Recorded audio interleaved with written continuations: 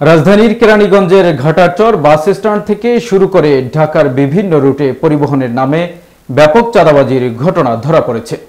পরিবহন শ্রমিকরা জানান, প্রতিদিন এক বাস থেকে কমপক্ষে ১৬০০ টাকা জিপি বা গেট পাসের নামে নানা স্থানে চাঁদা আদায় করা হয়।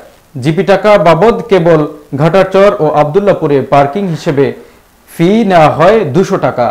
এছাড়া রাস্তায় বিভিন্ন স্থানে থাকা সুপারভাইজারদের মাঝে ৬০০ টাকা চাঁদাও নিয়মিত দেয়া লাগে। মোটামুটি একটি বাস থেকে প্রতিদিন অন্তত ১৫০০ থেকে ২২০০ টাকা পর্যন্ত চাঁদাবাজি হয়। রাজধানীর প্রতিদিন প্রায় ৫,০০০ গণপরিবহন চলাচল করে। এর গড় চাঁদাবাজির পরিমাণ ১৭০০ টাকা ধরে হিসাব করলে দৈনিক সর্বনিম্ন ৮৫ লাখ টাকা শুধু জিপি নামে চাঁদাবাজি থেকে আদায় হয়। সুপারভাইজার ফি, পার্কিং ফি ও ব্যাক মানি হিসাবেও আরও ৪০ থেকে ৫০ লাখ টাকা চাঁদাবাজি হয়। অর্থাৎ প্রতিদিন পরিবহন খাতে ১,২৫,০০,০০০ টাকা বা তারও বেশি পরিমাণ চাঁদাবাজি হচ্ছে।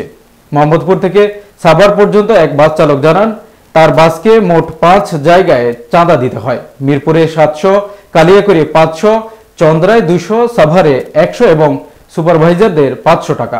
এক বাসে মোট দৈনিক ২,০০০ টাকা মতো চাঁদা গুনতে হয়। ঢাকা সড়ক পরিবহন মালিক সমিতির সাধারণ সম্পাদক মোহাম্মদ সাইফুল আলম বলেন, পরিবহন পরিচালনায় স্বাভাবিক খরচ দৈনিক ২০০ থেকে ৩০০ টাকা হতে পারে। তবে অতিরিক্ত জিপি নামে চাঁদাবাজির অভিযোগ পেলে তদন্ত করে আইনগত ব্যবস্থা নেওয়া হবে। তিনি আশা প্রকাশ করেন, আগামী ২ মাসের মধ্যেই ই টিকেটিং ও র্যাপিড পাস ব্যবস্থার মাধ্যমে এই অবৈধ চাঁদাবাজি বন্ধ হবে। এর ফলে পরিবহন কোম্পানিগুলো নিজস্ব নিয়ন্ত্রণে আসবে এবং চাঁদাবাজির সুযোগ বন্ধ হবে।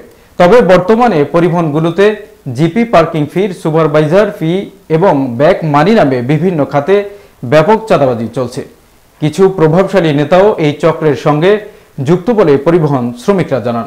এভাবে প্রতিদিন কোটি টাকার এই চাঁদাবাজি বন্ধ না হলে রাজধানীর সাধারণ মানুষের পরিবহন যাত্রা কষ্টকর হওয়া অব্যাহত থাকবে।